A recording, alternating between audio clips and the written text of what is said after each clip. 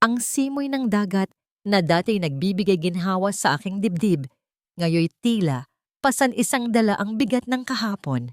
Nandito ako sa aming lumang bahay sa San Isidro, nakatayo sa harap ng bintanang salamin na nagpapakita ng walang hanggang pagaspas ng alon. Bawat hampas nito sa dalampasigan ay parang paulit-ulit na dagundong sa aking puso. Paalala ng lahat ng nawala. Si Esperanza, ang aking Esperanza, ang kanyang nangiti, ang kanyang halakhak, ang init ng kanyang yakap, lahat ay tila bula na naglaho, kasama ng trahedyang bumago sa aming buhay. Sa aking tabi, sa kanyang paboritong wheelchair na ngayon ay tila bahagi na ng kanyang katawan, naroon si Mateo, ang aking anak, ang dating masigla at palabirong batang lalaki ay ngayoy isang anino na lamang ng sarili. Nakatitig siya sa labas, ang mga mata niya'y walang buhay, walang kislap. Mula nang mangyari ang aksidenteng kumitil sa buhay ng kanyang ina at nag-iwan sa kanya ng sugat na hindi lamang sa katawan, kundi pati sa kaluluwa. Nabura ang kanyang tinig. Ang dating maingay niyang tawag na papa ay napalitan ng nakabibinging katahimikan. Ang kanyang pagiging bulag sa mundo, sa kabila ng kanyang mga matang nakadilat, ay mas masakit pa kaysa sa anumang pisikal na kirot. Isang mahabang katahimikan ang bumalot sa amin. Tanging ang ugong ng karagatan ang pumupuno sa bawat sulok ng bahay. Napapikit ako. Pinipilit burahin ang mga imaheng naglalaro sa aking isipan. Sino nga ba ang maniniwala na ang dating Santiago, ang kapitan ng barkong hindi natitinag sa anumang unos, ay ngayoy natatalo na lamang ng bawat pagpatak ng luha na pilit kong pinipigilan. Bigla, isang malakas at hindi inaasahang katok ang umalingaw-ngaw mula sa labas. 3 beses. Malakas. Mapilit. Nagkatinginan kami ni Mateo. Ang kanyang mga mata ay bahagyang lumaki. Isang bakas ng pagtataka. Marahil, pati kaunting takot. Sino naman ang pupunta rito? Sa ganitong oras, sa ganitong kalagayan namin. Naglakad ako patungo sa pinto. Bawat hakbang ay mabigat. Hinawakan ko ang doorknob. Ang malamig na bakal ay tila yelo sa aking palad. Huminga ako ng malalim. Pinilit iwaksi ang kung anong masasama ang maaaring naghihintay sa kabilang panig. Pagbukas ko ng pinto, napatitig ako. Nakatayo sa aming tarangkahan ng isang babae. Hindi ko siya agad nakilala. Ang kanyang mukha ay pamilyar, ngunit parang nababalot ng usok ng panahon. May dala siyang isang malaking basket na puno ng mga prutas at ilang pakete ng tinapay. Ang kanyang kasuotan ay simple ngunit maayos. Ngunit ang pinakapansin-pansin ay ang kanyang mga mata. Malalaki, malinaw, at puno ng kabutihan. May bahid ng awa, oo. Ngunit higit doon, mayroong init na hindi ko na naramdaman sa loob ng mahabang panahon. Magandang umaga po, Ginoong Santiago. Bati niya, ang kanyang tinig ay mahinahon ngunit malinaw. May bahid ng accent na tila hindi taga rito. Ako po si Camila, ang inyong bagong katuwang dito sa bahay. Katuwang? Ang huling katuwang na kinuha namin ay bago pa mangyari ang lahat. At ang babaeng ito, bakit siya narito? Hindi ko siya maalala. Habang nagsasalita siya, napansin ko ang isang bagay na nahulog mula sa basket na kanyang dala. Isang maliit na litrato. Nang yumuko siya upang pulutin ito, automatiko rin akong napayuko. At doon, sa aking harapan, nakalapag ang larawan ni Esperanza. Nakangiti siya, ang kanyang mga mata ay kumikislap sa ilalim ng sikat ng araw sa dalampasigan. Pinulot ko ang larawan. Ang papel ay bahagyang lukot na, tila matagal nang nakatago. Nang iangat ko ang aking tingin mula sa larawan, sinalubong nito ang mga mata ni Camila. Sa sandaling iyon, sa pagitan ng mga mata naming nagtagpo, tila may kung anong kuryente ang dumaloy. Isang kakaibang pakiramdam, isang pagkakakilanlan na hindi ko lubos maintindihan. Bakit? Bakit tila may bumabagabag sa aking kalooban sa pagdating ng babaeng ito? Ang liwanag, masyadong maliwanag. Kahit nakapikit ako, nararamdaman ko pa rin ang pagpasok nito sa aking mga mata na tila mga tinik na tumutusok. Dito sa aking silid, ang mga anino ay tila mas malalapit, mas makapal. Palagi akong nagtatago sa kanila. Sila ang aking mga kaibigan.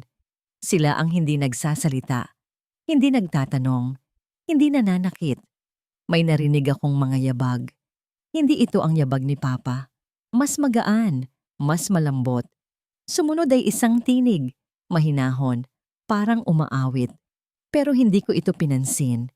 Mas gusto kong manatili sa aking mundo, kung saan ang mga tunog ay malalayo at ang mga imahe ay malabo. Mateo, tawag ng tinig. Malapit na. Naramdaman ko ang paglapit ng isang presensya sa tabi ng aking wheelchair. Hindi ako lumingon. Nagkunwari akong tulog o bingi. Mas mabuti na yon. Naramdaman ko ang paggalaw sa aking tabi. May kung anong dahan-dahang inilapag sa aking kandungan. Malamig. Hindi ko alam kung ano yon. Pagkatapos, narinig ko ang mahinang pagtawa ng babae. Hindi ito ang tawa ni Mama. Iba ito. Hindi mapanukso. Hindi nakakainis. Parang malambing. Ganda, di ba? Sabi ng tinig. Gawa ito ng mga daliri ko. Tingnan mo, parang mga bulaklak na sumasayaw. Dahan-dahan kong iminulat ang aking mga mata. Sumakit agad. Napapikit muli ako. Pero may pumigil sa akin. Isang kamay. Malambot ang balat. Hindi ito ang magaspang na kamay ni Papa na sanay humawak ng lubid at timon. Mas malinis. Mas maingat. Teka lang, Mateo. Huwag kang pumikit muna. Pakiusap ng tinig. Gusto kong makita mo. Pinilit kong imulat muli ang aking mga mata. Dahan-dahan. Inangkop ko ang aking paningin. Nakita ko ang isang bagay.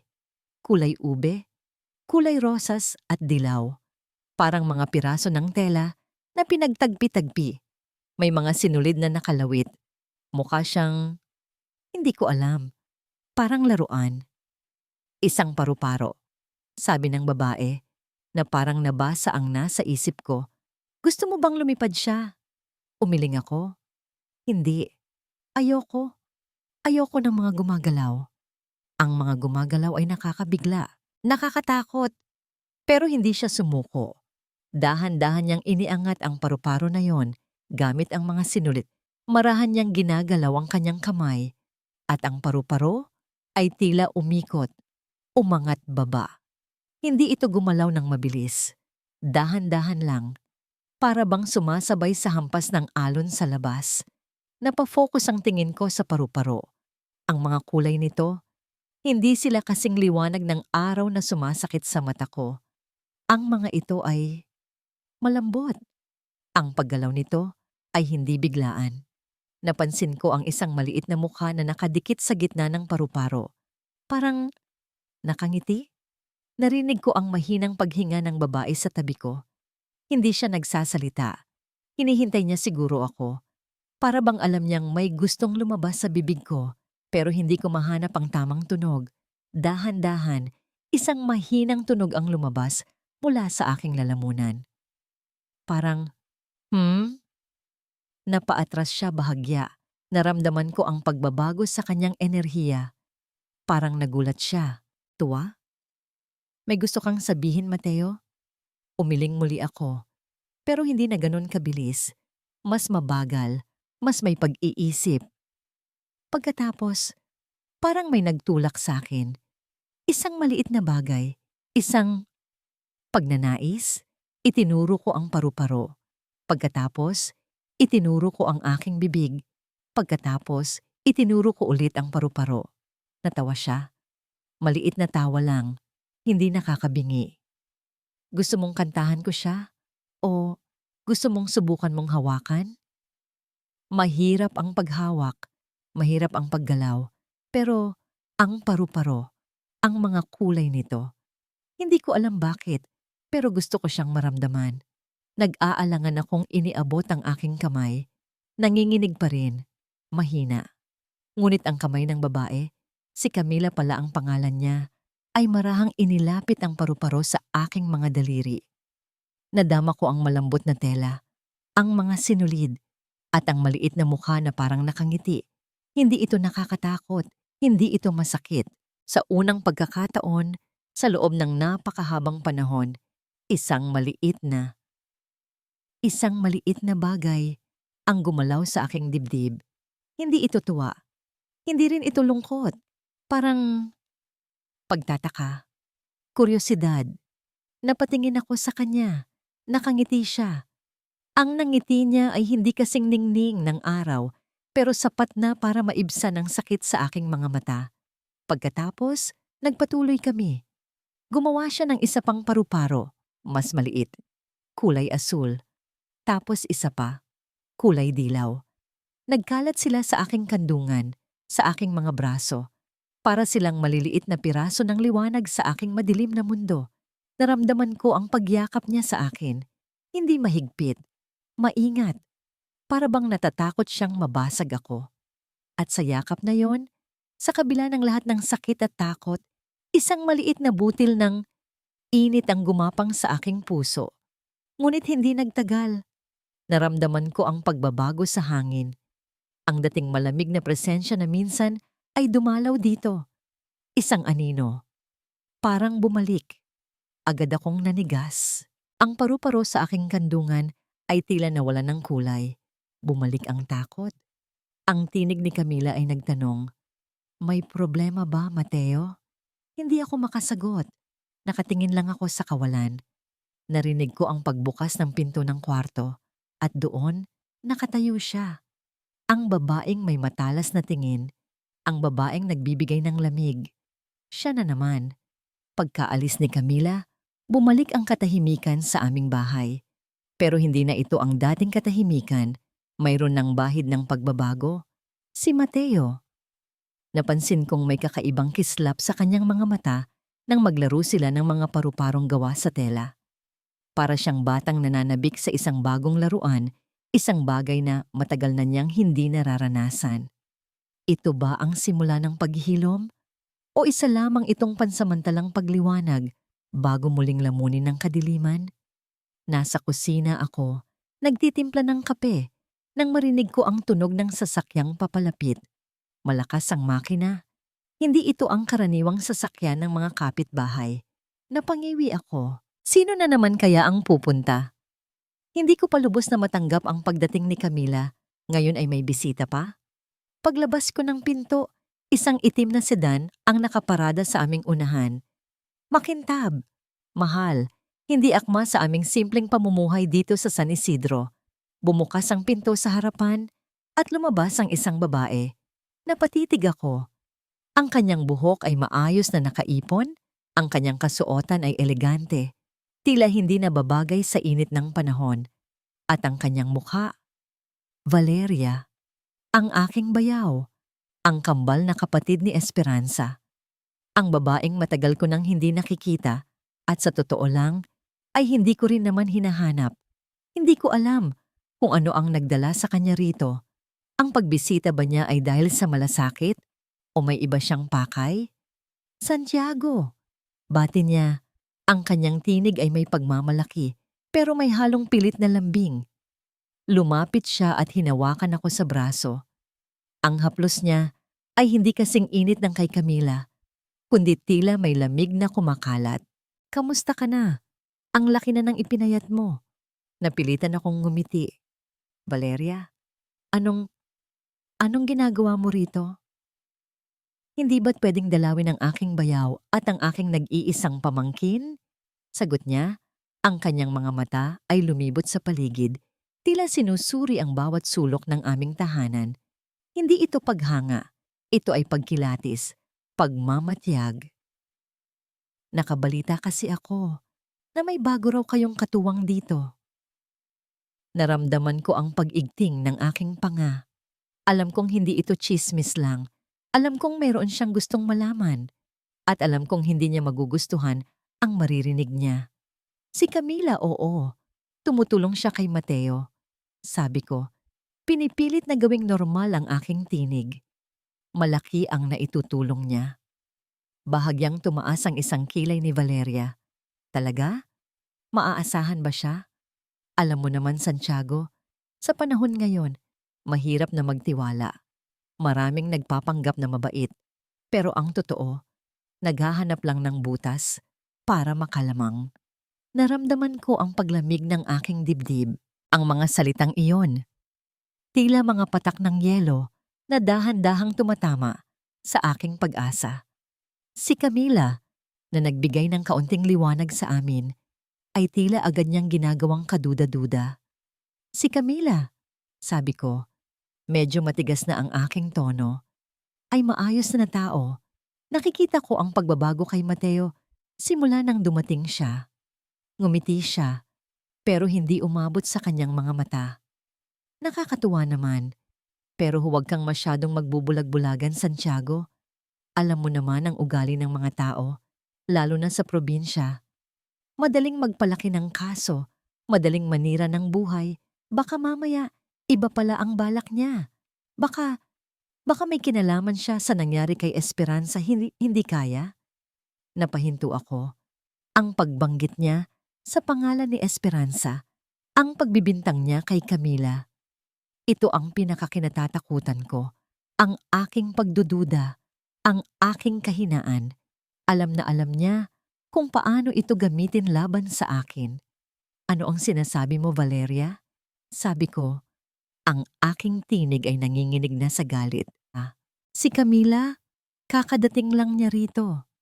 Baka nga kakadating lang niya. Sabi niya, tila nag-iisip ng malalim. Pero paano kung ang pagdating niya ay may plano? Alam mo naman, Santiago, ang iba, desperado. Lalo na kung nakikita nilang mayroon kang inaasahan. Halimbawa, ang mana. Napatitig ako sa kanya. Mana? Ang aming mana? Ang negosyo na itinayo namin ni Esperanza? Ang lahat ng yun ay para kay Mateo. Pero alam ni Valeria ang tungkol doon. At alam niya rin na ako ang tagapamahala nito habang hindi pa lumalaki si Mateo. Huwag mong ipasok ang pera sa usapan, Valeria. Babala ko. Hindi ko ipinapasok, Santiago. Ito ay nandyan na. At alam natin pareho na hindi lamang para sa'yo at kay Mateo ang mga iyon. May parte rin dapat si Esperanza. Pero paano kung may ibang naghahabol na ngayon?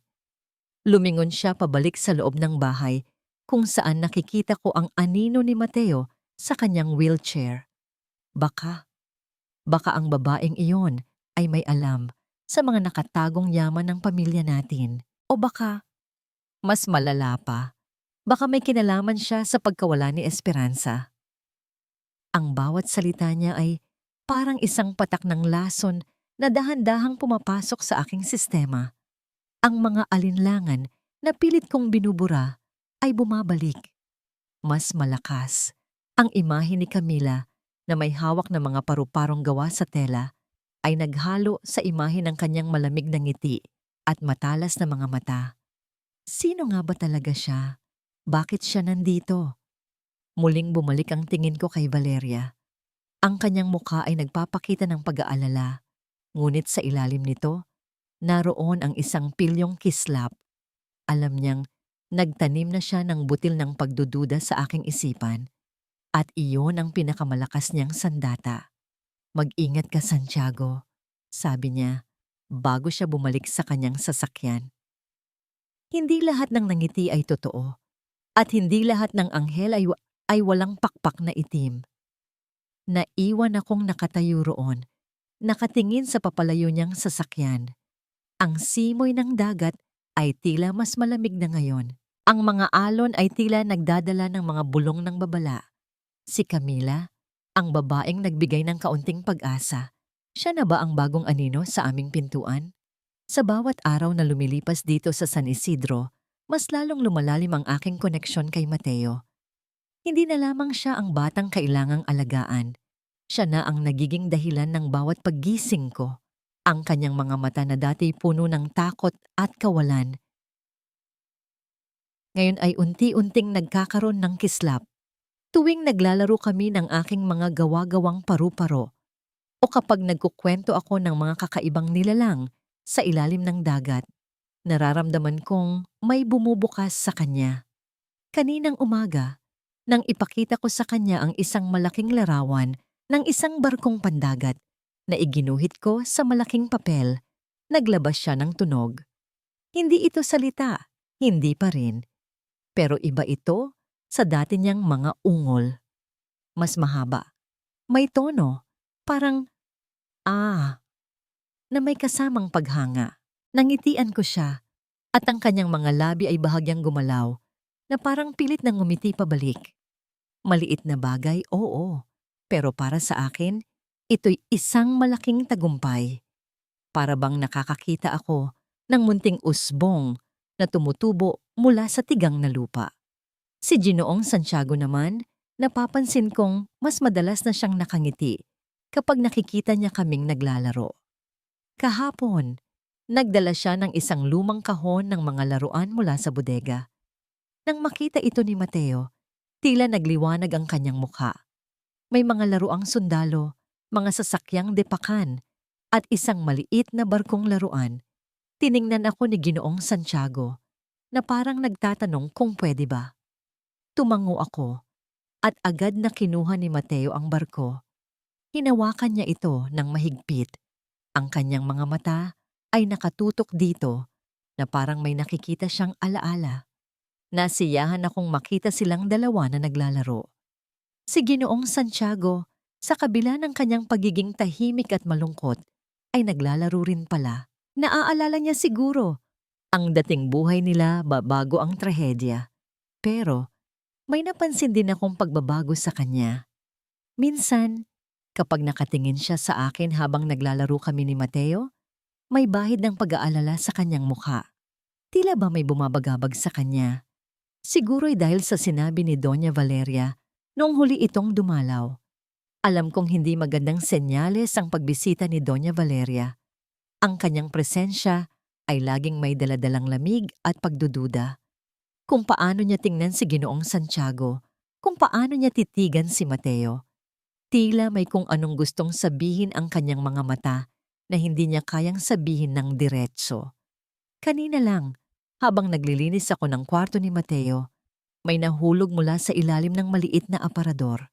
Isang maliit na bagay na bakal na may disenyo ng mga bulaklak.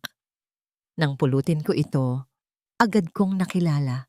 Ito yung uri ng palamuti sa buhok na suot noon ni Senyora Esperanza sa mga lumang litrato. Nakakita ako ng isang piraso na katulad nito sa isang lumang album na nakatago sa sala. Pero, bakit ito nandito sa kwarto ni Mateo? At bakit parang hindi ito kabilang sa mga gamit ni Senyora? Itinago ko muna ito sa aking bulsa. Kailangan kong mag-ingat. Hindi ko alam kung ano ang tunay na nangyari noon. Pero ramdam ko, ang mga bagay na ito ay konektado sa misteryong bumabalot sa pamilyang ito. Narinig ko ang mga yabag ni Ginoong Santiago papalapit sa kwarto. Camila, ayos lang ba kayo dito? Tumango ako. Opo, Ginoong Santiago. Naglalaro lang kami ni Mateo. Nang pumasok siya, nakita niya ang mga paru-paro ko at ang barkong laruan. Ngumiti siya, pero pansin ko ang kanyang pagiging balisa. Camila, simula niya, medyo nag-aalangan. Gusto ko lang malaman kung sigurado ka ba sa pagtulong mo rito. Alam mo naman ang sitwasyon namin. At baka mahirapan ka lang. Napatigil ako sa paglalaro. Tumingin ako sa kanya. Sa mga mata niya, nakikita ko ang pagod, ang sakit at ang pagdududa. Siguro dahil sa mga sinabi ni Doña Valeria. Ginoong Santiago, sabi ko. Pinilit kong maging kalmado at reassuring ang aking tinig. Alam kong mahirap ang pinagdadaanan ninyo, pero hindi ako nandito para mahirapan lang. Nandito ako dahil gusto kong tumulong. Nakikita ko ang pagbabago kay Mateo. May pag-asa pa, Ginoong Santiago. Tiningnan niya ako ng matagal. Tila sinusuri kung nagsasabi ako ng totoo. Pagkatapos, dahan-dahan siyang tumango. Salamat, Camila. Maraming salamat. Pero alam kong hindi pa nawawala ang kanyang pag-aalala. Maya-maya, habang naghahanda ako ng merienda para kay Mateo, narinig ko ang pagdating muli ng sasakyan. Parehong itim na sedan. Si Doña Valeria na naman. Agad akong kinabahan. Bakit siya bumalik? Lumabas ako ng kusina. Dala ang tray. Nakita ko si Doña Valeria na nakatayo sa may pintuan ng kwarto ni Mateo kasama si Ginoong Santiago. Nakatingin siya kay Mateo na tila natatakot at nagtatago sa likod ng kanyang wheelchair. Mateo, anak, sabi ni Doña Valeria, ang kanyang tinig ay puno ng pilit na pagmamalasakit. Bakit hindi ka kumain? Masama ba ang luto ni Camila? Bigla niyang tiningnan ako. Ang kanyang mga mata ay tila nanunumbat. Naramdaman ko ang pag-init ng aking pisngi. Hindi ito ang unang pagkakataon na sinubukan niyang isisi sa akin ang mga problema. Hindi po, Doña Valeria. Mahinang sagot ko. Siguro'y busog pa siya. Ngumiti siya ng malapad. Ah, ganoon ba? Baka naman masyado siyang napapagod. Siguro kailangan niya ng pahinga. O baka masyado siyang nahihirapan sa pagbabago. Alam mo naman, Santiago, ang mga bata, minsan ay mahirap turuan ng bagong gawi. Kailangan ng tamang gabay. At kung minsan, ang mga bagong dating, hindi nila naiintindihan ang pangangailangan ng bata. Tumingin siya sa akin. Ang kanyang mga mata ay tila nagsasabi ng, hindi ka kabilang dito. Naramdaman ko ang paghawak ni Ginoong Santiago sa aking balikat na parang sinasabing, nandito lang ako. Pero ang kanyang kamay ay nanginginig. Ang kanyang mukha ay tila nagpapakita ng pagkalito at pagod. Alam kong nagsisimula pa lang ang laban na ito. At mukhang mas madilim pa ang kapaligiran kaysa sa inaakala ko. Pagkaalis ni Valeria, naiiwan ang mabigat na pakiramdam sa aming tahanan. Ang kanyang mga salita ay parang mga lason na gumagapang sa aking isipan, naghahasik ng pagdududa sa aking puso.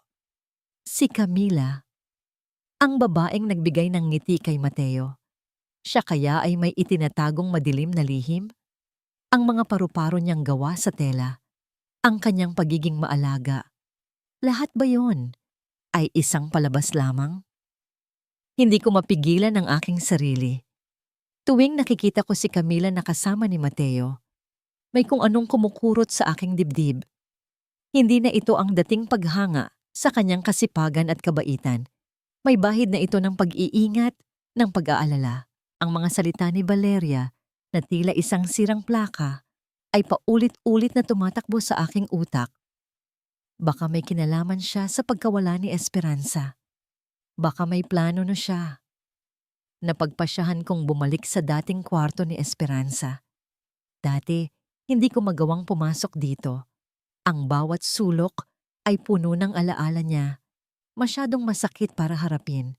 Pero ngayon, kailangan kong gawin ito. Kailangan kong hanapin ang katotohanan. Kahit na ang katotohanan na yon ay mas masakit pa kaysa sa aking inaakala. Nasa loob na ako ng kwarto. Amoy pabango pa rin ni Esperanza ang hangin. Isang halimuyak na dati nagbibigay ng kapayapaan sa akin. Pero ngayon ay nagdudulot lamang ng kirot. Tumingin ako sa kanyang aparador. Nakatago pa rin ang kanyang mga damit. Ang ilan ay hindi ko pa rin nagagalaw. Dahan-dahan kong binuksan ang mga drawer, mga panyo, mga scarf, mga alahas na simbolo ng aming pagmamahalan. Naroon pa rin ang maliit na kahon kung saan nakalagay ang mga sulat niya sa akin nung binata pa kami. Habang hinahagilap ko ang mga gamit niya, may nahulog mula sa likod ng isang drawer. Isang maliit na kwaderno. Hindi ito ang kanyang diary na alam kong sinisira niya kapag napupuno na. Ito ay tila mas luma. Ang papel ay bahagyang naninilaw na. May pangalan siyang nakasulat sa harap. Esperanza.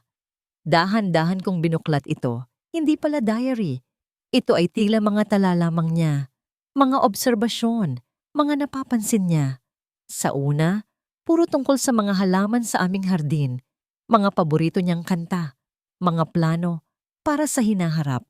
Pero habang palalim ako ng palalim, may nabasa akong mga bagay na nagpatindig ng balahibo ko. Ang kilos ni Valeria ay nagiging kakaiba.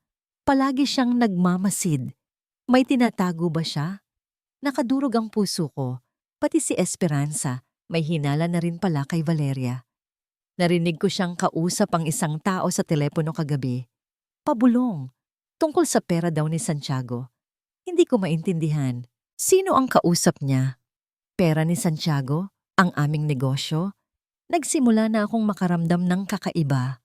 Ang mga binibintang ni Valeria kay Camila ay tila bumabalik sa kanya. May isang pahina na tila binura ang sulat, pero may bakas pa rin na mababasa.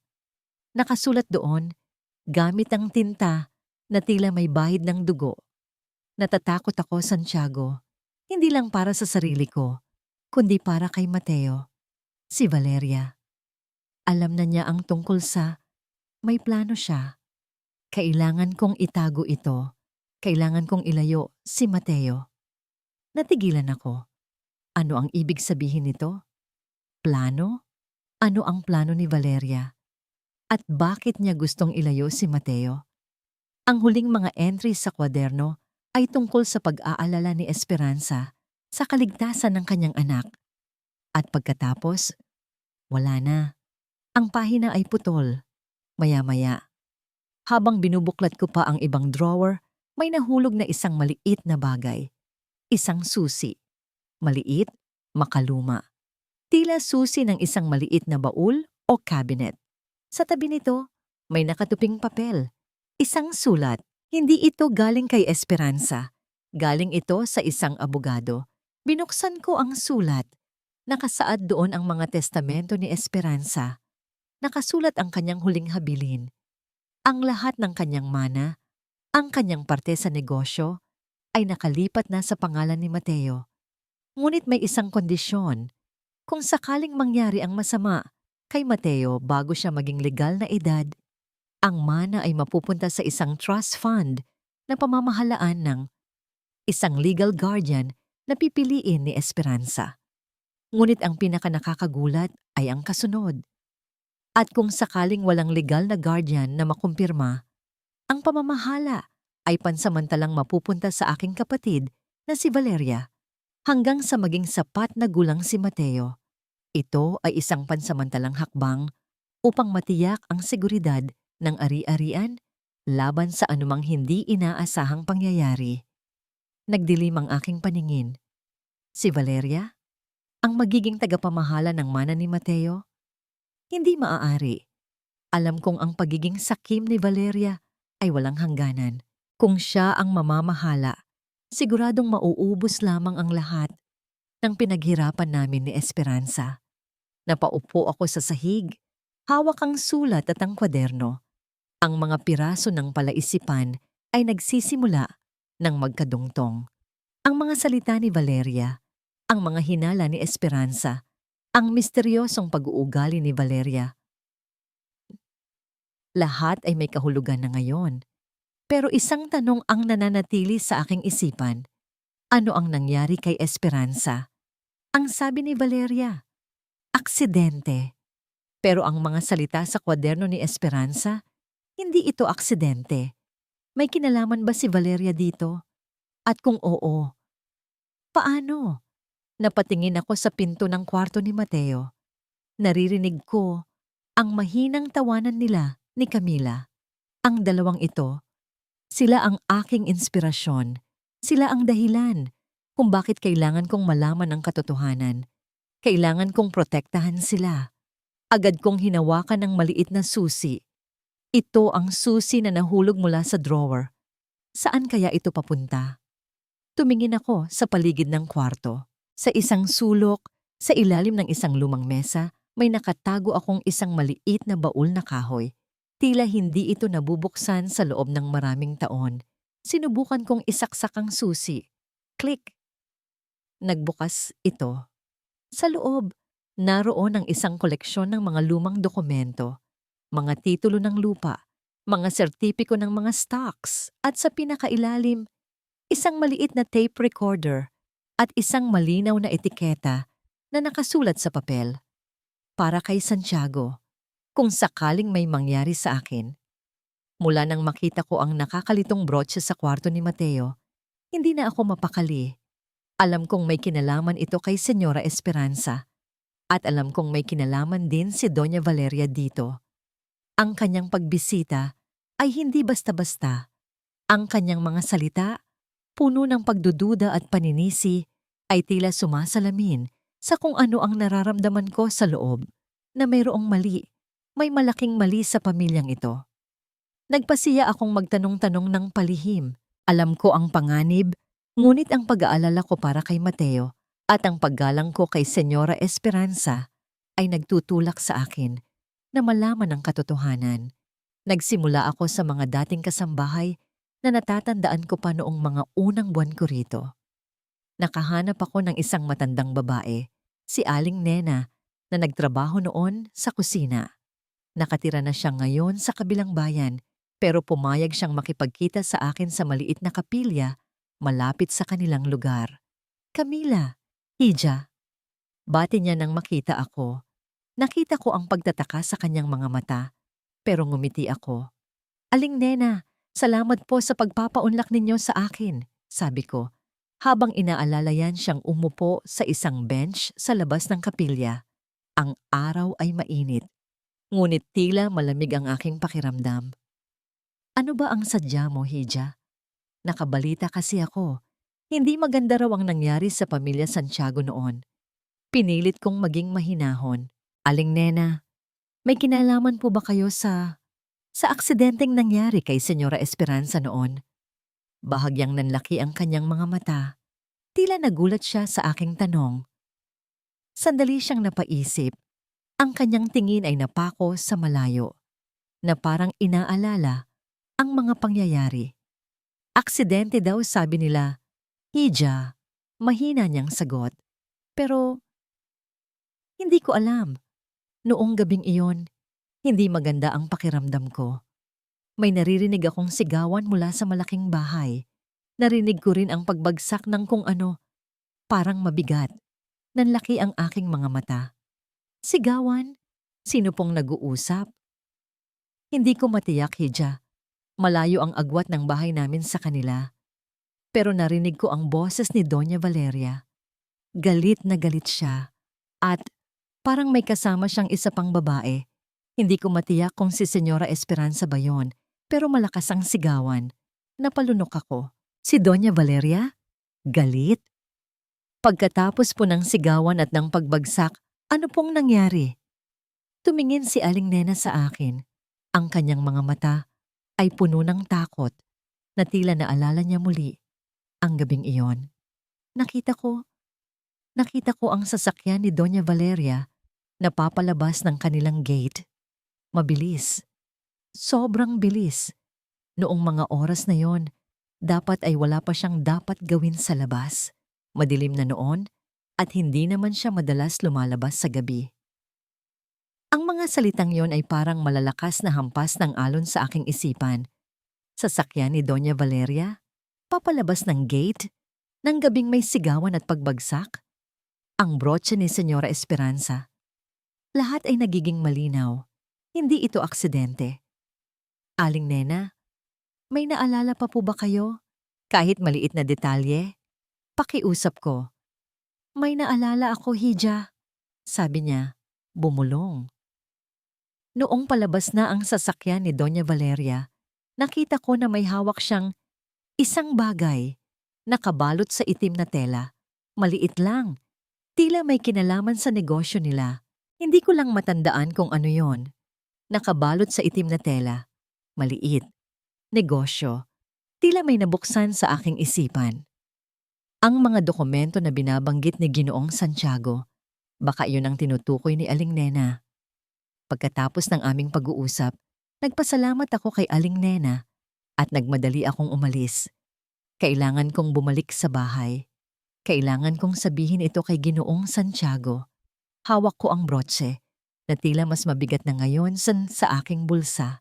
Habang nagmamaneho ako pauwi, ang isip ko ay nasa mga salita ni Aling Nena. Sigawan, pagbagsak, ang sasakyan ni Doña Valeria na mabilis na papalabas ng gate at ang bagay na nakabalot sa itim na tela. Habang papalapit ako sa bahay, napansin kong mas mabilis ang aking pagpapatakbo. Gusto ko nang matapos ang lahat ng ito. Gusto ko nang malaman ang buong katotohanan.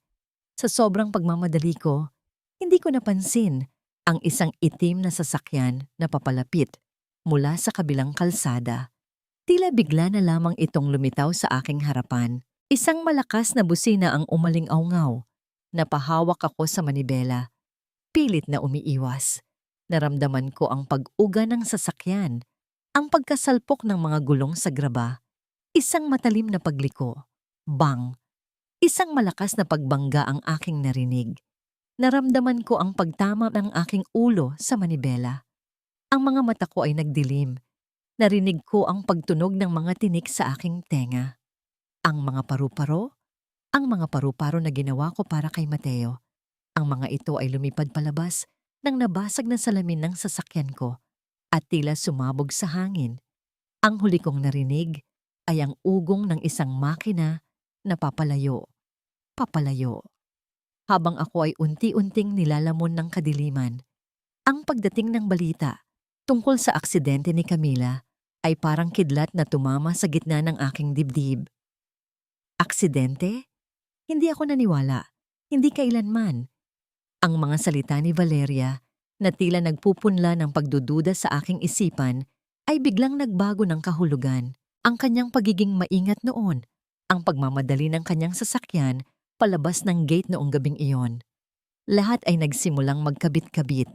Nang makarating ako sa ospital, nakita ko si Camila na nakahiga sa kama, balot ng mga benda. Ang kanyang mga mata ay nakapikit. Ang kanyang muka ay maputla. Sa tabi niya, nakita ko ang mga nagkalat na piraso ng mga paru-parong gawa sa tela. Ang mga laruan na pinaghirapan niyang gawin para kay Mateo. Ang larawang iyon, ito ang nagpatigas sa aking puso. Hindi ito aksidente. Sinubukan siyang patahimikin. Paglabas ko ng kwarto ni Camila, naabutan ko si Valeria sa hallway. Nakasandal siya sa pader, parang naghihintay. Ang kanyang ekspresyon ay mahirap basahin.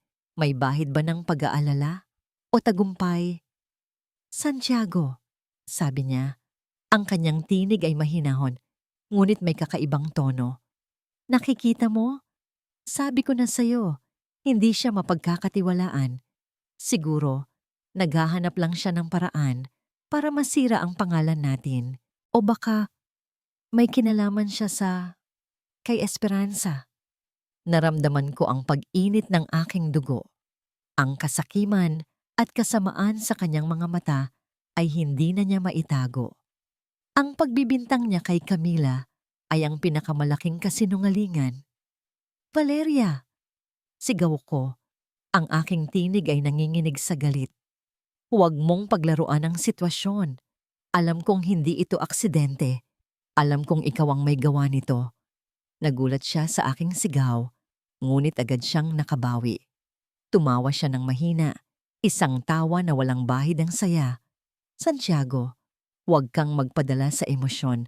Ang sabi ko sa'yo, mag-ingat ka. May mga taong mapanganib. Baka nga hindi siya ang may gawa nito. Baka may ibang gustong manakit sa kanya. Baka may mga kaaway siya na hindi natin alam. Mga kaaway niya? O mga kaaway mo, Valeria? Ang mga taong gusto mong patahimikin? Tulad ni Esperanza noon? Tila lumabas sa aking bibig ang mga salitang iyon nang hindi ko namamalayan. Ang mga alaala mula sa kwaderno ni Esperanza, ang mga nakita kong dokumento sa baul. Lahat ay nagbabalik sa akin na wala ang nangiti sa labi ni Valeria. Ang kanyang mga mata ay nanigas. Ano ang sinasabi mo, Santiago? Wala akong alam dyan. Hindi mo ako maluloko, Valeria. Sigaw ko ulit. Nakita ko ang mga tala ni Esperanza, ang sulat ng abogado, ang testamento. Alam ko na may plano ka. Alam kong may kinalaman ka sa nangyari kay Esperanza. Napaatras siya ng bahagya. Ang kanyang mukha ay nagbago. Ang pagpapanggap na mahinahon ay nawala. Napalitan ng galit at pagkabahala. Hindi totoo yan. Mga kasinungalingan yan. Si Esperanza, aksidente siyang namatay. At si Camila, siya ang may sala. Hindi. Sigaw ko. Ikaw ang may sala. Ikaw ang nagplano. Ikaw ang nagpapatay kay Esperanza para makuha ang mana. At ngayong nandito si Camila na nakakakilala na ng katotohanan, sinubukan mong patayin siya. Naglakad siya palapit sa akin. Ang kanyang mga mata ay nagliliyab. Santiago, napakamanhid mo. Si Esperanza, pinoprotektahan ko lang ang pamilya natin. Ang mga plano niya noon ay magpapahamak lamang sa atin. At si Camila, isa lamang siyang hamak na katulong na nagpapanggap na anghel. Hindi siya karapat-dapat sa'yo at kay Mateo. Karapat-dapat siya. Sigaw ko, ang boses ko ay nanginginig sa galit at sakit. Mas karapat-dapat siya kaysa sa'yo na puno ng kasakiman at kasinungalingan. Sa sandaling iyon, pumasok si Mateo sa hallway. Nakasakay sa kanyang wheelchair. Tila narinig niya ang aming sigawan. Ang kanyang mga mata ay puno ng takot at pagkalito. Nakatingin siya sa akin, pagkatapos ay kay Valeria. Papa? Mahinang tawag niya. Napatigil kami ni Valeria. Napatingin kami sa aming anak. Nakikita ko ang takot sa kanyang mga mata, ang pagnanais na tumakas. Mateo, anak, sabi ko. Pinilit kong pakalmahin ang aking sarili. Lumapit ako sa kanya. Ayos lang ang lahat. Pero si Valeria, tiningnan niya si Mateo ng may kakaibang ekspresyon. May bahid ng pagkaawa o pagkainis. Mateo, sabi ni Valeria. Ang kanyang tinig ay nagbago. Tila naging mas malambot, mas mapagmalasakit. Lumapit siya kay Mateo at hinawakan ang kamay ng bata. Huwag kang matakot, apo. Nandito si Lola. Nandito si Lola para sa'yo. Napaatras si Mateo. Tila natatakot siya sa paghawak ni Valeria. Ang kanyang mga mata ay nakatitig sa akin, na parang humihingi ng tulong. Tila sinasabi niya, Papa, tulungan mo ako. Naramdaman ko ang pagkirot sa aking puso.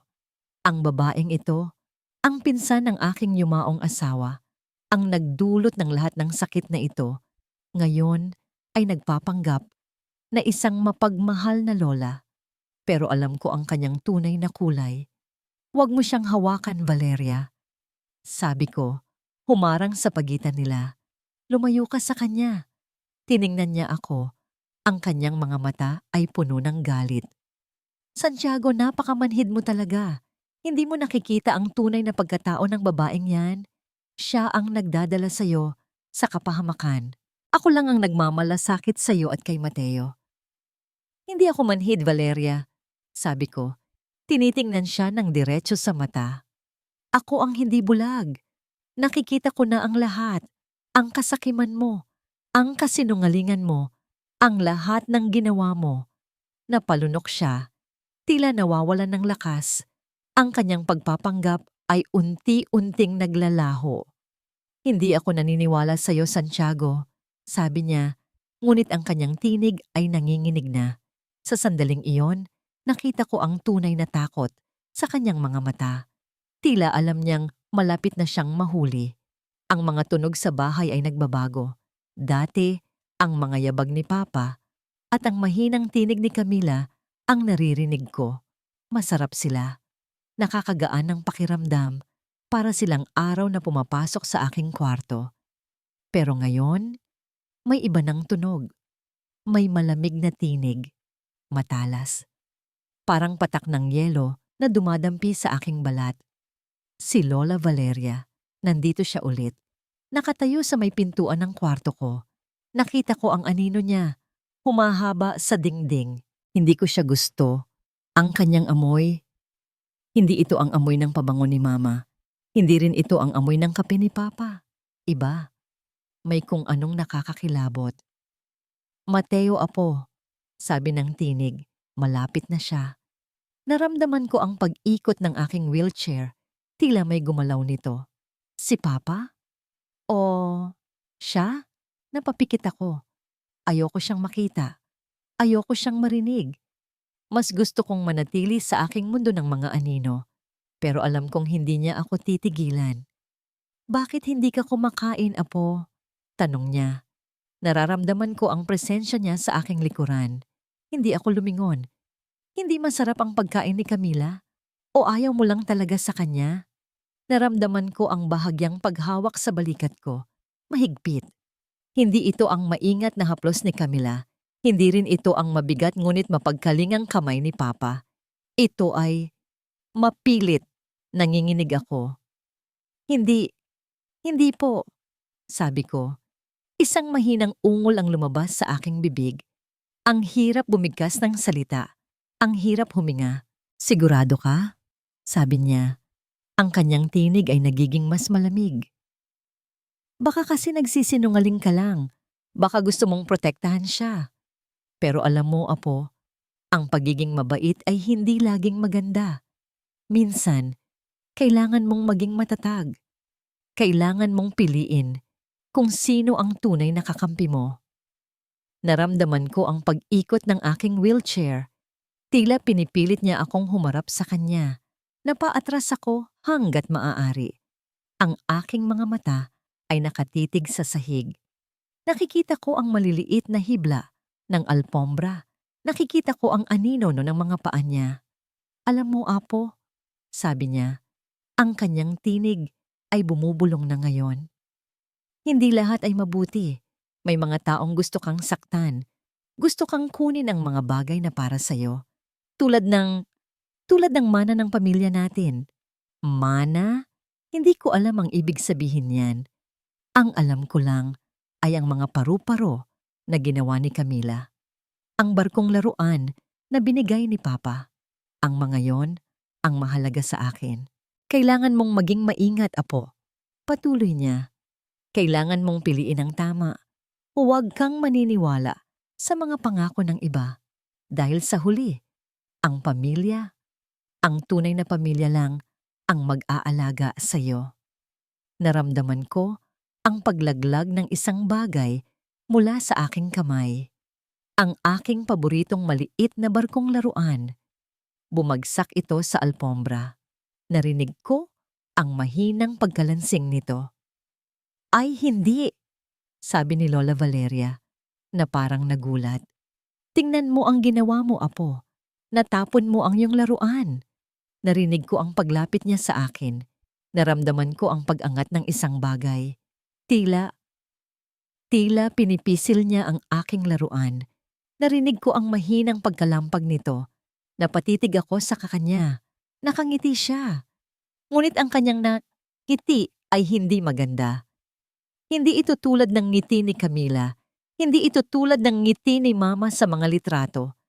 Ang ngiti niya ay nakakakilabot. Huwag kang mag-alala, Apo, sabi niya habang patuloy niyang pinipisa ang laruan sa kanyang kamay. Lola mo ako. Ayusin ko ang lahat. Ayusin ko ang lahat para sa'yo. Napasigaw ako. Isang mahinang sigaw. Hindi lumabas ang tunog. Parang may nakabara sa aking lalamunan. Nanginginig ang aking buong katawan. Ang laruan, ang barkong laruan na simbolo ng pagmamahal ni Papa. Nasisira sa kamay niya. Nakita kong tila may tumulong luha mula sa aking mga mata. Hindi dahil sa sakit ng aking katawan, kundi dahil sa takot.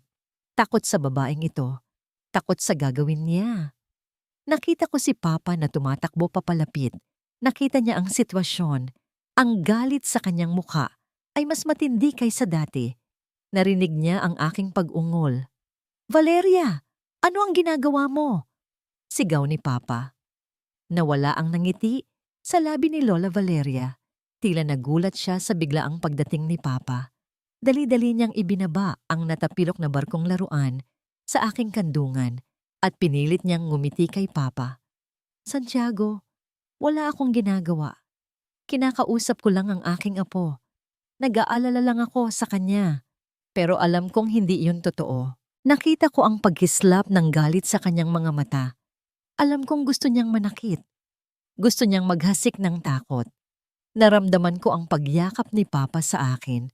Mahigpit. Tila pinoprotektahan niya ako. Tumingin ako sa kanya at sa kanyang mga mata. Nakita ko ang pangako. Pangako na hindi niya ako pababayaan. Pangako na ipagtatanggol niya ako. Ngunit habang nakayakap ako kay Papa, nakita ko ang tingin ni Lola Valeria. Hindi ito galit. Hindi ito pagkaawa. Ito ay determinasyon. Tila sinasabi niya, hindi pa tayo tapos. At sa sandaling iyon, naramdaman ko ang paglamig ng aking buong pagkatao. May masamang mangyayari. Alam ko, kailangan kong sabihin ang isang bagay. Kailangan kong napaubo ako.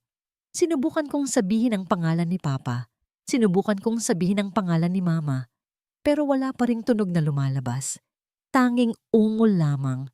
Pero sa gitna ng aking paghihirap, sa gitna ng aking takot, nakita ko ang maliit na barkong laruan sa aking kandungan. Bahagyang tapilok. Pero hindi ito nawasak. Hindi ito tuluyang nasira. May pag-asa pa. Ang mga sumunod na araw ay parang mahabang panaginip na puno ng kawalan. Matapos ang paghaharap namin ni Valeria sa hallway ng ospital, ang dating pagdududa sa aking isipan ay napalitan ng katiyakan. Alam kong siya ang may kagagawan ng lahat. Ang kanyang mga kilos, ang kanyang mga salita, ang kanyang pagtatangka, napabagsakin si Camila. Lahat ay nagpapatunay na siya ang nasa likod ng kadilimang bumabalot sa aming pamilya. Ngunit tila hindi pa tapos ang kanyang laro. Sa aking paghahanap ng karagdagang ebidensya laban sa kanya, gamit ang mga tala ni Esperanza at ang tape recorder na natagpuan ko, tila mas lalo lamang siyang naghigpit sa kanyang mga plano. Isang gabi, habang wala ako sa bahay, nakatanggap ako ng tawag mula sa isang kaibigan sa pulisya. May natanggap daw silang anonymous na tip tungkol sa akin, tungkol sa pagkawala ni Esperanza, at mas malala pa, tungkol sa isang umano'y pagtatangka kong isara ang negosyo para sa sarili kong kapakinabangan na posibleng magdulot ng pinsala kay Mateo. Hindi nagtagal, dumating ang mga pulis sa aming bahay. Hindi ko alam kung paano nila nalaman ang tungkol sa mga dokumento na nahanap ko. Sabi nila, may nagbigay ng impormasyon at ang tanging tao na nakakaalam ng aking mga ginagawa, ang tanging tao na maaaring gumawa nito ay si Valeria. Dinala nila ako sa presinto. Habang nakaupo ako roon, sa malamig na selda, ang tanging nasa isip ko ay si Mateo. Sino ang mag-aalaga sa kanya? Sino ang magpapaligo sa kanya? Magpapakain sa kanya? Magpapatawa sa kanya? Ang pagkakakulong ko ay hindi lamang pagkawala ng aking kalayaan. Ito ay ang pagkawala ng kakayahan kong protektahan ang aking nag-iisang anak.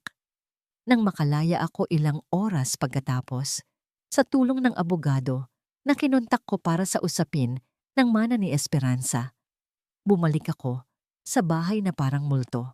Tila mas lalo pang lumamig ang aming tahanan. Ang mga kasambahay ay umiiwas sa aking tingin. Ang mga tao sa bayan ay bumubulong-bulungan kapag ako ay dumadaan. Tila ang lahat ng aking pinaghirapan, ang aking pagiging isang respetadong kapitan, ay biglang naglaho. At si Camila, nawala siya. Hindi ko alam kung paano. Ang sabi ng abogado, tila may nakakulong sa kanya. May nagtulak sa kanya na umami ng mga kasinungalingan, marahil ay dahil sa takot para kay Mateo. Tila ang lahat ng aking pinagkakatiwalaan ay unti-unting bumabagsak.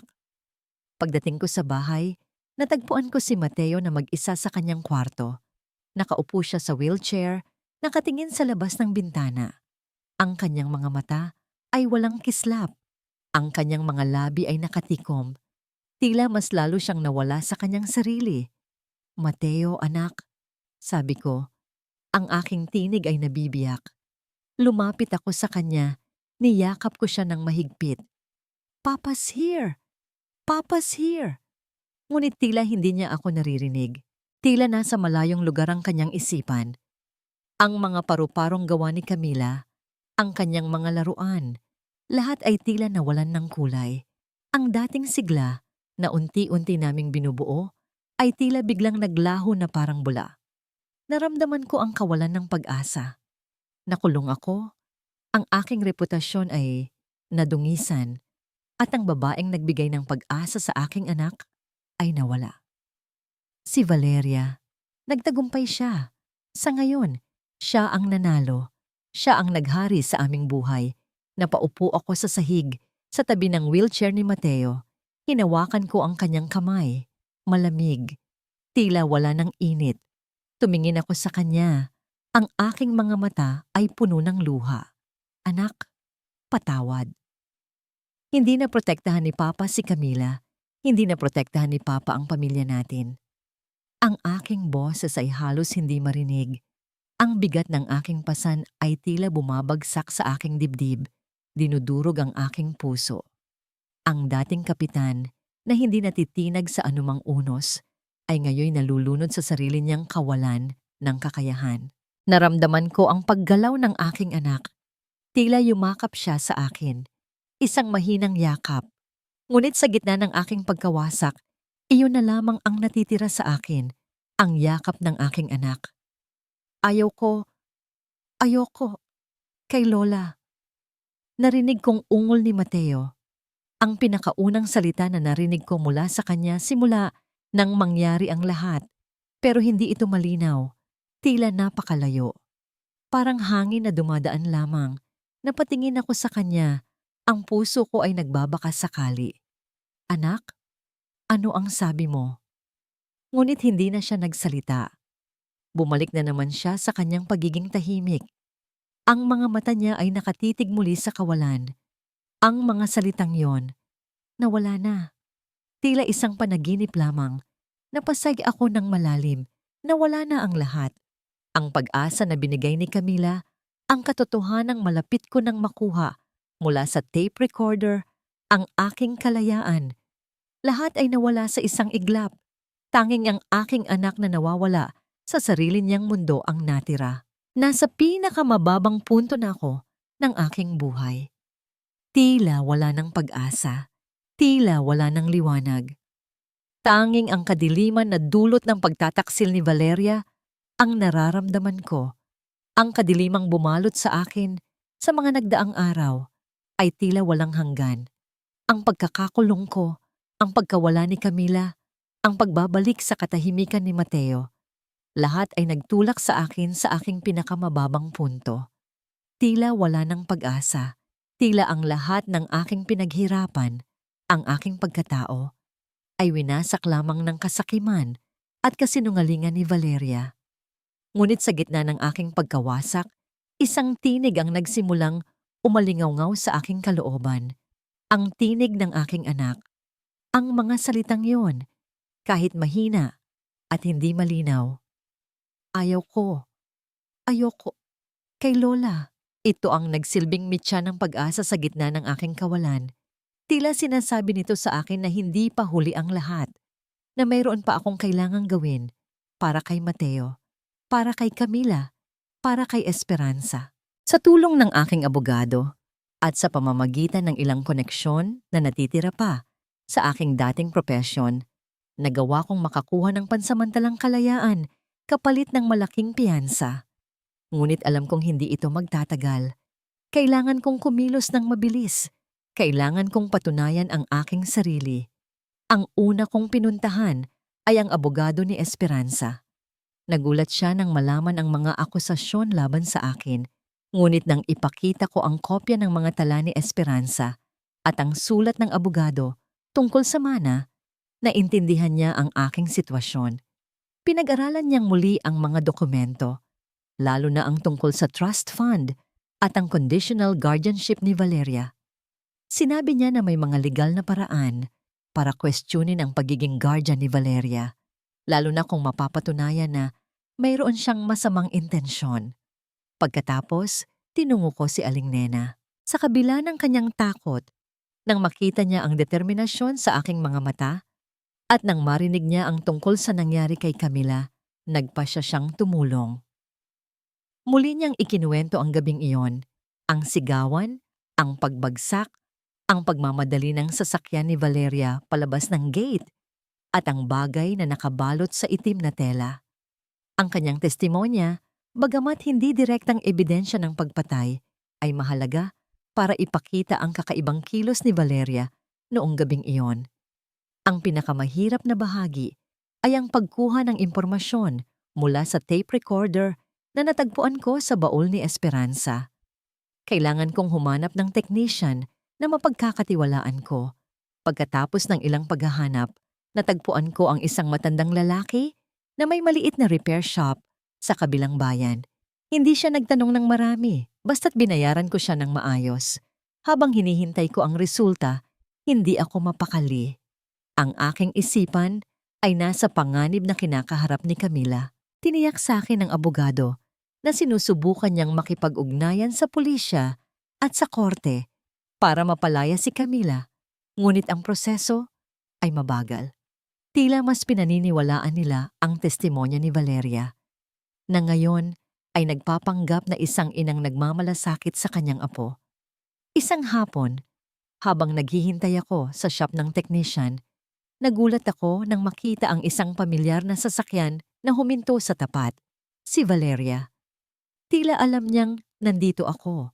Naramdaman ko ang lamig sa aking likod. Alam kong hindi ito aksidente. Tila alam na niya ang aking mga hakbang. "Santiago," sabi niya, lumalabas mula sa kanyang sasakyan. Ang kanyang mukha ay mahinahon, pero ang kanyang mga mata ay puno ng pilyong kislap. "Anong ginagawa mo rito?" "Hinahanap ko ang katotohanan, Valeria," sabi ko. Pinipilit na maging matatag. Tumawa siya ng mahina. "Katotohanan? Ang katotohanan ay nasa paligid mo, Santiago. Si Camila ay isang manloloko. At ikaw naman, bulag ka pa rin." "Hindi na, Valeria," sabi ko. "Alam ko na ang lahat. Alam ko ang plano mo. Alam ko ang ginawa mo kay Esperanza." Nawala ang kanyang ngiti. Ang kanyang mga mata ay nanigas. "Nagkakamali ka, Santiago. Hindi mo alam ang kahit ano."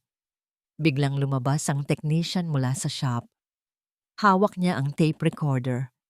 "Ginoo, tapos na po. Nakakuha ako ng malinaw na audio." Naramdaman ko ang pagbilis ng tibok ng aking puso. Tumingin ako kay Valeria. Nakikita ko ang pagkabahala sa kanyang mukha. "Huwag mong pakinggan yan, Santiago," sabi niya, tila desperado. "Makinig ka sa akin." Pero huli na. Binuksan ko ang recorder at sa gitna ng tahimik na lansangan, isang tinig ang umalingaw-ngaw. Ang tinig ni Esperanza. "Santiago, kung naririnig mo ito, alam kong may mangyayari sa akin. Si Valeria, ang kapatid ko ay may plano." Narinig ko siyang kausap ang isang tao tungkol sa paglilipat ng mga ari-arian, tungkol sa pagpapalabas na aksidente ang lahat. Tinatakot niya ako, Santiago. Nais niyang makuha ang lahat. Nais niyang mawala tayong dalawa. Ang tinig ni Esperanza ay puno ng takot, ng pangamba. Nanginginig ito sa bawat salita. Napahawak ako sa aking dibdib, halos hindi makahinga. At kasunod nito, isang boses na pamilyar, ang boses ni Valeria. "Wala kang magagawa, Esperanza. Ang lahat ng ito ay para sa pamilya, para sa kinabukasan ni Mateo. Hindi mo naiintindihan." "Hindi! Valeria, tama na," sigaw ni Esperanza. At kasunod nito, isang malakas na kalabog, isang tunog ng pagbagsak. Pagkatapos, katahimikan. Napatitig ako kay Valeria. Ang kanyang mukha ay nawalan ng kulay. Tila nanigas siya sa kinatatayuan. Ang tape recorder ay nahulog mula sa aking kamay, ngunit ang tunog ng katotohanan ay nanatili sa hangin. Sa sandaling iyon, naramdaman ko ang pagdating ng mga pulis. Tila alam na nila ang mangyayari. Nang makita nila si Valeria at ang tape recorder sa lupa, agad nilang hinuli ang babae. "Valeria de Guzman," sabi ng isang pulis. "Ikaw ay inaaresto dahil sa mga bintang na pagpatay at pandarambong." Habang inilalayo si Valeria, tiningnan niya ako. Hindi na ito ang dating matalas na tingin. Ito ay tingin ng isang taong natalo. Isang taong wala nang magawa. Nakikita ko ang mga paru-parong gawa ni Camila na nakakalat sa tabi ng kalsada, malapit sa shop. Parang mga piraso ng pag-asa na bumagsak. Ngunit ngayon, ang mga pirasong yon ay nagsisimulang mabuo muli. Ang pagtatayo ng isang ama ay nagsisimula pa lamang. Ang mga tunog. Ang mga tunog ay mas malinaw na ngayon. Hindi na sila malayo. Hindi na sila parang hangin. Naririnig ko si Papa. Naririnig ko si Camila. At naririnig ko ang malamig na tinig ni Lola Valeria. Ang lahat ay parang mabilis na pagtakbo ng mga imahe sa aking isipan. Ang mga paru-parong nawasak. Ang yakap ni Papa na tila pinoprotektahan ako. Ang malamig na kamay ni Lola Valeria. Ang galit sa mukha ni Papa. Ang takot. Palaging takot. Ngayon, nasa malaking sala kami. Maraming tao. May mga unipormadong lalaki. Nakatayo si Papa. Nakatayo si Camila. Ang kanyang mga mata ay puno ng pag-asa. Nakatayo rin si Lola Valeria. Ang kanyang mukha ay parang bato. Malamig. Walang emosyon. May hawak si Papa na isang maliit na bagay na umiilaw. Narinig ko ang tinig ni Lola Valeria, ang tinig ni Mama. Esperanza. Ang mga salitang yon. Alam ko na ang ibig sabihin nila. Alam ko na ang ginawa ni Lola Valeria. Naramdaman ko ang galit. Galit na mas malakas pa kaysa sa takot. Tumingin sa akin si Papa. Ang kanyang mga mata ay puno ng pakiusap. Tila sinasabi niya, "Mateo, ngayon na." Naramdaman ko ang lahat. Ang sakit na pinagdaanan ko. Ang takot na nararamdaman ko. Ang galit na nararamdaman ko. Ang pagmamahal ni Papa. Ang pagmamahal ni Camila. Ang alaala ni Mama.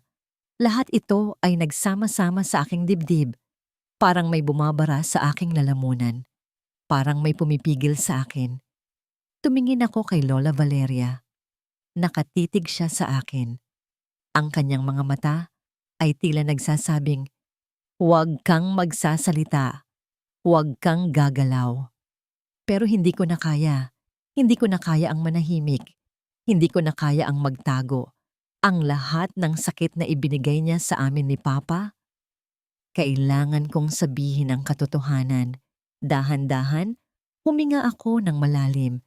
Sinubukan kong ilabas ang tunog. Una, mahina. Parang ungol. Napailing si Lola Valeria.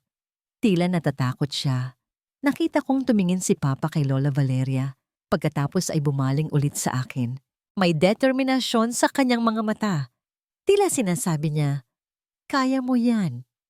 Huminga ulit ako ng mas malalim. Pinagsama ko ang lahat ng aking lakas, ang lahat ng aking emosyon, ang galit, ang takot, ang pagmamahal. Lola. Ang unang salita na lumabas. Mahina, ngunit malinaw. Tila galing sa malayong lugar. Napaatras si Lola Valeria. Nakita ko ang pagkabigla sa kanyang mukha. Ang kanyang mga mata ay nanlaki. "Lola Valeria!" Sigaw ko ulit. Mas malakas na ngayon. Tila may bumukas na pinto sa aking lalamunan. Ang mga salita ay dumadaloy na. "Ikaw! Ikaw ang may kasalanan!" Napaatras si Lola Valeria. Ang kanyang mukha ay nawalan ng kulay. Ang kanyang mga labi ay bahagyang nakaawang. "Ikaw ang nagpatay kay Mama." Sigaw ko ulit. Ang aking tinig ay nanginginig sa galit at luha. "Narinig ko kayo ni Mama. Sumisigaw kayo. Nag-away kayo. Tapos may pagbagsak at pag-alis mo. Mabilis." Lumingon ako kay Papa. Nakatingin siya sa akin. Ang kanyang mga mata ay puno ng luha at pagmamalaki. Pagkatapos, bumalik ang tingin ko kay Lola Valeria. At ang mga paru-paro ni Camila, "Bakit mo sinira?" Sigaw ko. Ang aking tinig ay tumataas. Naisip ko ang mga laruan na sinira niya, ang takot na ibinigay niya sa akin. Ayoko sa iyo! Ayoko sa iyo! Hindi na makapagsalita si Lola Valeria. Tila natulala siya sa mga salitang lumabas sa bibig ko. Ang kanyang pagpapanggap ay tuluyan ng gumuho. Ang kanyang mukha ay puno na ng takot at kawalan ng pag-asa. Narinig ko ang sigaw ng mga pulis. Doña Valeria, sumama ka sa amin. Habang inaaresto siya, tiningnan niya ako. Ang kanyang mga mata ay puno ng puot. Ngunit hindi na ako natatakot. Nakatayo sa tabi ko si Papa. Nakatayo si Camila. Ang aking tinig. Ang aking tinig ay narito na. Naramdaman ko ang pagyakap ni Papa sa akin. Mahigpit. Anak, anak ko. Bulong niya. Ang kanyang tinig ay nabibiyak ng emosyon. Ngumiti ako. Isang tunay na ngiti. Ang unang tunay na ngiti mula nang mangyari ang lahat. Nakita ko ang nangiti ni Camila. Ang kanyang mga mata ay nagliliwanag. Sa wakas, tapos na ang lahat. Lumipas ang ilang buwan mula nang makulong si Valeria. Ang mga araw na dating puno ng takot, pagdududa, at kawalan ng pag-asa ay dahan-dahang napalitan ng kapayapaan. Ang San Isidro, na dati saksi sa aming kalungkutan, ay ngayon naging simbolo ng aming muling pagsilang. Si Mateo, ang aking anak, ang kanyang tinig ay hindi na nawala. Ang bawat salita na lumalabas sa kanyang bibig ay parang musika sa aking pandinig. Masigla na siya ulit. Nakikipaglaro na siya kay Camila. Minsan, nagkukulitan pa sila ng mga paru-parong tela na ngayon ay nakasabit na sa dingding ng kanyang kwarto bilang paalala ng kanilang pinagdaanan. Ang kanyang mga paa, bagamat mahina pa, ay unti-unti nang lumalakas. Sa tulong ng mga brace na ginawa ni Camila, natututo na siyang tumayo kahit paunti-unti. Ang dating batang nakatali sa wheelchair ay ngayon nakatayo, nakahakbang patungo sa isang bagong buhay. Si Camila. Siya ang naging sandigan ko sa lahat ng ito. Sa gitna ng aking pagkakakulong, sa gitna ng pagsubok, siya ang hindi bumitaw. Siya ang lumaban para sa amin. Ang kanyang kabutihan, ang kanyang tapang, ang kanyang walang sawang pagmamahal, ito ang nagbigay sa akin ng lakas na bumangon. Hindi na siya lamang ang katuwang, hindi na lamang siya ang tumutulong sa amin, siya na ang pamilya ko. Isang hapon, habang naglalakad kami sa dalampasigan, hawak-hawak ang mga kamay ko at ni Mateo, tumigil kami at tumingin sa dagat. Ang dating dagat na nagpapaalala sa akin ng lahat ng nawala, ngayon ay tila naghahatid ng pangako. Papa, sabi ni Mateo. Ang kanyang tinig ay malinaw at masigla. Ang ganda ng araw, no? Ngumiti ako. Oo, anak. Napakaganda. Lumingon si Camila sa akin. Ang kanyang mga mata ay kumikislap. Santiago, sabi niya. Nagpapasalamat ako na nandito tayo ngayon. Hinawakan ko ang kanyang pisngi. Ako ang nagpapasalamat, Camila. Dahil sa'yo, nabigyan mo kami ng pangalawang pagkakataon. Ikaw ang nagturo sa amin kung paano magmahal ulit, kung paano umasa ulit. Niyakap niya ako at niyakap ko rin siya pabalik. Kasama si Mateo na nakayakap sa aming dalawa. Sa sandaling iyon, naramdaman ko ang kumpletong kapayapaan. Ang pamilya na akala ko'y nawasak na magpakailanman ay nabuo muli. Mas matatag, mas matibay. Alam kong hindi lahat ay madali. May mga marka pa rin ang nakaraan. Ang mga legal na proseso para sa negosyo ay patuloy pa rin. Ngunit ngayon, mayroon na kaming malinaw na ebidensya laban kay Valeria. Ang aking pangalan ay nalilinis na rin. Ngunit ang pinakamahalaga sa lahat ay ang aming pamilya. Nagpatuloy kami sa paglalakad sa dalampasigan. Si Mateo, na humahawak sa aking kamay, ay masiglang nagkukwento tungkol sa mga paru-parong nakikita niya sa mga bulaklak sa tabing dagat. Si Camila, na nakahawak naman sa aking kabilang kamay, ay nakangiting nakikinig. Ang dating Santiago, ang kapitan, na nalulunod sa kanyang kalungkutan, ay ngayoy kasama ang kanyang bagong pamilya, naglalakad patungo sa bagong bukang liwayway. Ang mga alon ng nakaraan ay hindi na nagdadala ng sakit, kundi ng karunungan. Ang mga sugat ay nagsisimula ng gumaling. Nang makarating kami sa aming lumang bahay na ngayoy puno na ng bagong alaala, tiningnan ko ang mga paru-parong tela na nakasabit sa kwarto ni Mateo. Tumingin ako kay Camila, pagkatapos ay kay Mateo. Ang aking puso ay puno ng pasasalamat. "Halina kayo," sabi ko. Hinila ko sila papalapit. "May gusto akong ipakita sa inyo." Dinala ko sila sa aking dating silid, kung saan naroon ang isang lumang mapa ng dagat. Sa tabi nito, isang maliit na baul. Binuksan ko ito. Sa loob, naroon ang ilang mga gamit ni Esperanza. Ang kanyang paboritong kwintas, isang maliit na shell na nakuha namin noong una kaming nag-date, at isang maliit na piraso ng papel na may nakasulat na pangalan ng isang isla. Esperanza's Island, basa ko. Ito ang pangarap nating lugar noon, Camila.